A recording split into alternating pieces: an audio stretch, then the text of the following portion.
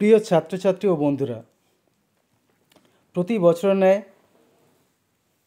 এই বছরও এইচএস 2025 সালের জন্য কেমিস্ট্রির সাজেশান।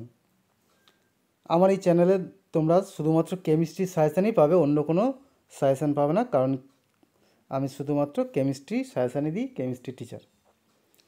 এখন দেখো, এই সাজেশানটা অনেকেই বলবে একটু লম্বা হয়ে গেছে, মানে বেশি হয়ে গেছে, কিন্তু তুমি মার্কেটে যে কোনো বই কিনে দেখবে, সে রায়ান মার্টিন হোক বা পারুল প্রকাশনী বা সম্রাট এক্সক্লুসিভ, এর থেকে কিন্তু শর্ট কেউই দেয় না।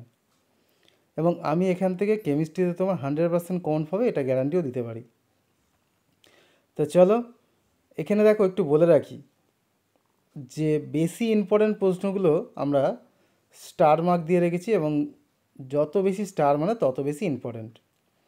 5 স্টারগুলো খুবই ইম্পর্ট্যান্ট, এগুলো পড়ার চান্স খুবই বেশি, সেই মতো তোমরা পড়াশোনা করবে।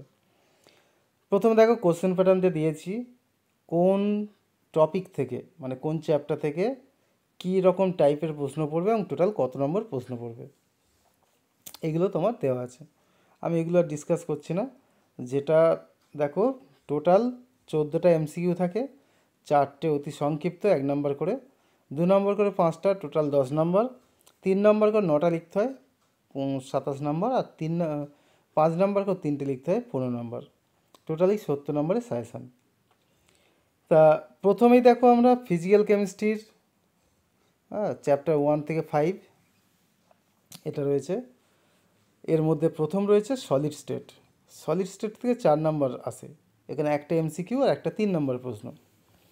এখন এই এমসিকিউ পার্টটা দেখো, এবছর যেটা আসার খুব সম্ভাবনা, এই প্রথমের এই পার্ট থেকে আসতে পারে। অর্থাৎ এই যে বোরন নাইট্রাইড বা সমযোজী যে কেলাসাগার কঠিন, অনিয়তাকার কেলাসাগার কঠিন, আণবিক কেলাসাগার কঠিন, এই সমস্ত জাতীয় যৌগ থেকে এখানে আমি কয়েকটা এমসিকিউ দিয়েছি, তোমরা এই জাতীয় এমসিকিউগুলো প্র্যাকটিস করবে। অর্থাৎ বিভিন্ন ধরনের ক্লাস যেটা রয়েছে তাদের উদাহরণ এবং তাদের মধ্যে কী ধরনের বন্ধন কাজ করে, আর পড়তে পারে 7 ধরনের ক্লাস, তাদের বাহু এবং কোণের মধ্যে কেমন সম্পর্ক সেই সংক্রান্ত। এরপর দেখো, এরপর থেকে এখান থেকে একক কোষ এবং বিভিন্ন ধরনের ঘনকাকার বা কিউবিক একক কোষে কণা সংখ্যা নির্ণয়, এবং ধাতুর একটা নির্দিষ্ট পরিমাণে কত কণা থাকে এবং একক কোষের সংখ্যা, সেখান থেকে এমসিকিউ বা 1 নম্বরের শর্ট প্রশ্ন হতে পারে। যেমন ধর, একটি ঘনকাকার একক কোষে কৌণিক বিন্দু এবং পৃষ্ঠকেন্দ্রে অবস্থিত কণার অবদান কত? কৌণিক বিন্দুতে হলে 1/8, পৃষ্ঠকেন্দ্র হলে 1/2। দেহকেন্দ্রিক পৃষ্ঠকেন্দ্রিক ঘনকাকার একক কোষে কণার সংখ্যা কত? পৃষ্ঠকেন্দ্রিকে 4, দেহকেন্দ্রিকে 2। এই রকম কণার সংখ্যা অনুসারে সাজাও। আর একটা মৌলের নির্দিষ্ট পরিমাণে কতগুলো একক কোষ রয়েছে সেইগুলো নির্ণয়, যেমনটি এই টাইপের অঙ্ক রয়েছে এখানে। সোডিয়াম ধাতুর কেলাস দেহকেন্দ্রিক একক কোষ দ্বারা গঠিত, 9.2 গ্রাম সোডিয়ামে একক কোষের সংখ্যা কত হবে? এটাও একটা ভালো প্রশ্ন এই জাতীয়। আচ্ছা, এইরকম প্রশ্ন আরও একটা রয়েছে, এখান থেকে এমসিকিউ প্রশ্নও পড়তে পারে। আচ্ছা, এবার দেখো একক কোষের প্যাকিং দক্ষতা এবং প্যাকিং দক্ষতা নির্ণয়, এটাও কিন্তু খুব ইম্পর্ট্যান্ট তোমাদের জন্য এবছর। এবং এই যে ছকটা আমি দিয়েছি, এই ছকটাও খুব ইম্পর্ট্যান্ট। অর্থাৎ বাহু আর ব্যাসার্ধের মধ্যে সম্পর্ক, তাদের প্যাকিং দক্ষতা, আর ফাঁকা স্থান কত, সরল দেহকেন্দ্রিক এবং পৃষ্ঠ, এই 3টের ক্ষেত্রে। ওকে, তাহলে এইটা ভালো করে প্র্যাকটিস করে নেবে। আর এখান থেকে শর্ট শর্ট প্রশ্ন যেগুলো দিয়েছি এগুলো প্র্যাকটিস করে নেবে।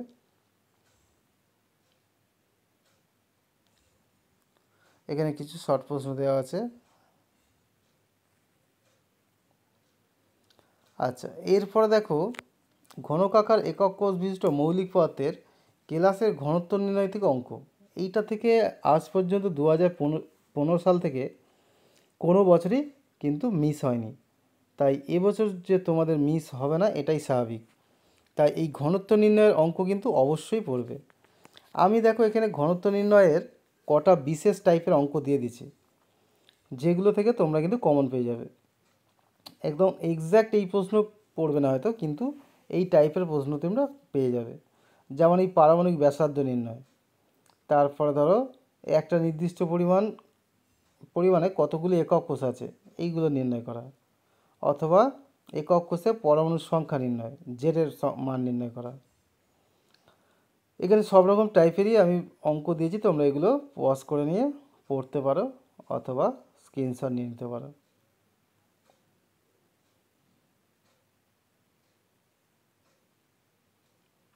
ঘনত্ব নির্ণয়ের অঙ্ক কিন্তু খুবই ইম্পর্টেন্ট, সুতরাং তোমরা এটা ভালো করে অবশ্যই এখান থেকে করো। ওকে, তাহলে ঘনত্ব নির্ণয়ের অঙ্ক হয়ে গেল। এরপরে দেখো এটা হচ্ছে কেলাসাকার ঘনসন্নিবেশ, সেখান থেকে তোমার হেক্সাগোনাল ঘনসন্নিবেশ এবং ঘনকাকার ঘনসন্নিবেশ, এই দুরকম ঘনসন্নিবেশের একক কোষে কণার সংখ্যা, এর একক কোষ কেমন, কোঅর্ডিনেশন সংখ্যা কত, হ্যাঁ এইগুলো। সিসিপি বা এফসিসি হলে সবর্গাঙ্ক কত হবে, বিসিসিতে কত, হ্যাঁ এইগুলো শর্ট শর্ট প্রশ্ন, এগুলো দেখে রেখো। আর কেলাস জালকে অধিকৃত ফাঁকা স্থান, এবং সেখান থেকে রাসায়নিক সংকেত নির্ণয়, আমি কয়েকটা অঙ্ক দিয়েছি, তোমরা এই টাইপের অঙ্ক করে নেও, কমন পেতে পারবে। এবং এখান থেকে শর্ট প্রশ্নও পড়তে পারে। রক সল্ট এবং ক্যালসিয়াম ফ্লেটের গঠন, সেখান থেকে শর্ট প্রশ্ন পড়তে পারে। স্কটকি আর ফ্র্যাঙ্কেল, এইটা কিন্তু খুবই ইম্পর্টেন্ট, এখান থেকে প্রায় বছর প্রশ্ন থাকে, আর এবছরও তোমাদের প্রশ্ন আসতে পারে, তাই স্কটকি এবং ফ্র্যাঙ্কেলের পার্থক্য করে নিও। ক্ষার ধাতুর হ্যালাইট কেন ফ্র্যাঙ্কেল দেখায় না, এফ কেন্দ্র কি, একে বর্ণবিন্দু বলা হয় কেন, পি টাইপ অর্ধপরিবাহী তড়িতের বাহক কারা, এবং এখান থেকে শর্ট প্রশ্ন।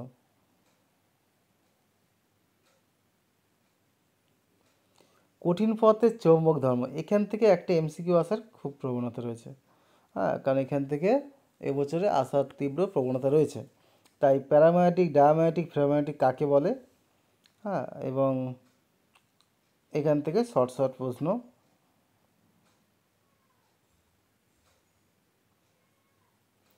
এমসিকিউ প্রশ্ন, কিছু গুরুত্বপূর্ণ এমসিকিউ প্রশ্ন এখান থেকে দিয়ে দিচ্ছি। আর দেখো এবছর তোমাদের যেহেতু 25 সালের পরীক্ষা, তাই 2023 সালের প্রশ্ন খুব ইম্পর্টেন্ট, এখান থেকে কিন্তু একটা আধটা প্রশ্ন প্রতি চ্যাপ্টার থেকে আসতে পারে। আর 2015 সাল থেকে 2023 সাল পর্যন্ত অবশ্যই সালের প্রশ্নগুলো করে নিও, ঠিক আছে, এইগুলো করলে কিন্তু অনেকটাই তুমি কমন পেয়ে যাবে। আচ্ছা, এরপর দেখো সলিউশন অর্থাৎ দ্রবণ।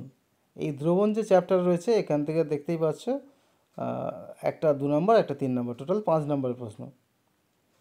দেখো প্রথমেই যে শতকরা ঘনত্ব, শতকরা এত মাত্রা নির্ণয় বা মোলালিটি, নর্মালিটি, এখান থেকে তোমার ছোটোখাটো অঙ্ক আসতে পারে, আমি এখানে কয়েকটা অঙ্ক দিয়েছি ছোটোখাটো, হ্যাঁ এইগুলো তোমরা দেখতে পারো। আচ্ছা, এবার দেখো গ্যাসের চাপ বৃদ্ধিতে গ্যাসের দ্রাব্যতা বৃদ্ধি পায় কেন, হ্যাঁ এই প্রশ্নটা ভালো প্রশ্ন। আর এটা খুব ভালো প্রশ্ন, স্থির চাপ রেখে উষ্ণতা বৃদ্ধি করলে তরলে গ্যাসের দ্রাব্যতা পরিবর্তিত হয়, কী পরিবর্তন হয় বিবৃতি এবং কেন হয় ব্যাখ্যা করো, খুব ভালো প্রশ্ন। হেনরির সূত্রটা এবছর খুব ইম্পর্টেন্ট, পরীক্ষা আসতে পারে। হেনরির ধ্রুবকের একক এবং তার হেনরির ধ্রুবকের মান কার উপর নির্ভর করে, এই দুটো প্রশ্ন। স্কুবা কি, এটা দেখে রাখতে পারো। আচ্ছা, এরপর দেখো যেটা অস্বাভাবিক দ্রবণের সংখ্যাগত ধর্ম অর্থাৎ কোয়ালিটেটিভ ধর্ম, এটা খুবই ইম্পর্টেন্ট, এখান থেকে তো প্রতি বছর প্রশ্ন থাকে।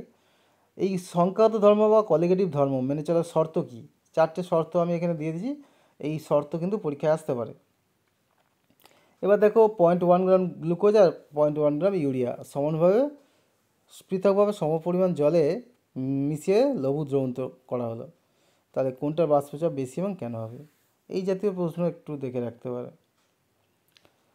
এরপর দেখো স্ফুটনাঙ্কের মোলাল উন্নয়ন বা ইভিলোস্কোপিক ধ্রুবক বলতে কী বোঝায়, এর একক, এটা খুব ভালো প্রশ্ন।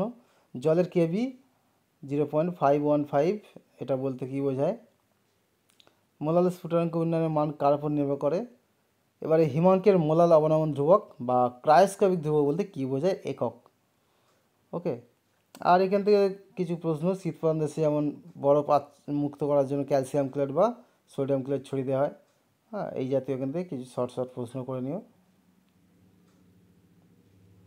আর এই একই আয়তনের দুটো দ্রবণ আছে, তার একটাতে 10 গ্রাম ইউরিয়া আর অপরটাতে 10 গ্রাম গ্লুকোজ আছে, হ্যাঁ একই উষ্ণতায় আছে, তাহলে কোনটার অভিশ্রবণ চাপ বেশি হবে? যার মূল সংখ্যা বেশি হবে অভিশ্রবণ চাপ বেশি হবে, সুতরাং মূল সংখ্যাটা বের করে দেখাতে হবে। বিপরীত অভিশ্রবণ বলতে কী বোঝায়? এর একক ব্যবহার লিখবে। অস্বাভাবিক সংখ্যা ধর্ম খুব ইম্পর্টেন্ট, 5 স্টার দেওয়া আছে, বুঝতেই পারছো এটা কাকে বলে করবে। আর অস্বাভাবিক সংখ্যা ধর্মের কারণ কি? দ্রবণের দ্রাবের সংযোজন এবং বিয়োজন এটার জন্যই ঘটে। আর 1 মোলাল NaCl জলীয় দ্রবণে হিমাঙ্ক অবনমন মান 0.1 মোলাল গ্লুকোজের জলীয় দ্রবণের প্রায় দ্বিগুণ কেন? এইগুলো। ভ্যান্টপ গুণক আয়ের মান কখন সমান হবে, 1 হবে, বেশি হবে, কম হবে, এগুলো। আচ্ছা, এখান থেকে দেখো যেটা খুব ইম্পর্টেন্ট প্রশ্ন, এখান থেকে গাণিতিক প্রশ্ন। গাণিতিক প্রশ্নই তো তোমার বাষ্পচাপের আপেক্ষিক অবনমন, স্ফুটনাঙ্কের উন্নয়ন, হিমাঙ্কের অবনমন এবং অভিশ্রবণ চাপ, এখান থেকে খুব ইম্পর্টেন্ট। এবছরের যেটা আসার চান্স বেশি, বাষ্পচাপের আপেক্ষিক অবনমন এবং স্ফুটনাঙ্কের উন্নয়ন, এই দুটো থেকে আসার চান্সটা সবচেয়ে বেশি। তাই এইগুলোর ওপরে জোরটা বেশি দেবে, বাষ্পচাপের আপেক্ষিক অবনমন এবং স্ফুটনাঙ্কের উন্নয়ন। এবারে হিমাঙ্কের অবনমন আর স্ফুটনাঙ্কের উন্নয়ন একই টাইপের অঙ্ক। আর অভিশ্রবণ চাপ ওগুলো কিন্তু একটু আধটু দেখে রেখো, একেবারে বাদ দিও না। আসার চান্সটা বেশি এটা, বাষ্পচাপে আপেক্ষিক অবনমন স্ফুটনাঙ্কের উন্নয়ন। এবং এখান থেকে কী জাতীয় প্রবলেম আসতে পারে সেটা আমি কয়েকটা উদাহরণ দিয়েছি দেবো। যেমন দেখো 87.9 গ্রাম বেঞ্জিনে 0.9 গ্রাম অনুদ্বায়ী এবং তড়িৎ অবিশ্লেষ্য দ্রাব দ্রবিত করলে দ্রবণের স্ফুটনাঙ্কের উন্নয়ন হয় 0.25 ডিগ্রি সেন্টিগ্রেড। যদি দ্রাব্য পদার্থের আণবিক ভর 103 হয় তাহলে বেঞ্জিনের কেভি এর মান কত হবে? এখানে আমি তোমাদের সলিউশনও করে দিয়েছি। দেখো আমার সাজেশনটা এটা একটা বিষয়, তো তোমরা সলিউশন সহ পাবে, ফলে সলিউশনের জন্য আর অন্য কোথাও তোমার কিছু দেখার দরকার নেই, এটাই পরপর পড়তে থাকো।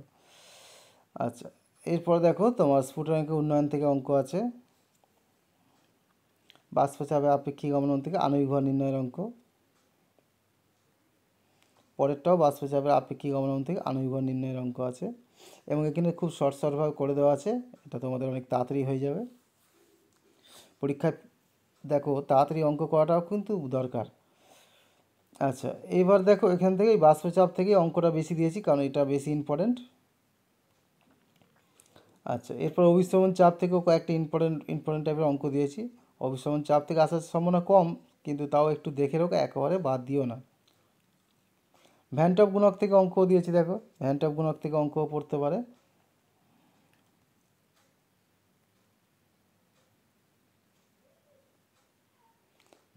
ভ্যান্টপ গুণকের অঙ্ক, সংযোজন মাত্রা বিয়োজন মাত্রার অঙ্ক। আর অবশ্যই 2015 থেকে 2023 সাল পর্যন্ত সালের প্রশ্নগুলো অবশ্যই করো। সালের প্রশ্ন উত্তর যদি তোমাদের না থাকে আমাকে কমেন্ট করতে পারো, আমার কাছ থেকে তোমরা কিন্তু পারচেস করে নিতে পারবে। ওকে, তো সুতরাং আজকে আমরা এই দুটো চ্যাপ্টার আলোচনা করলাম, নেক্সট ভিডিওতে আরও এরপর আলোচনা করব। ওকে, তাহলে আজকে এখানে রাখছি ভিডিওটা। কেমন হয়েছে সাজেশন তোমরা অবশ্যই কমেন্ট করে জানিও।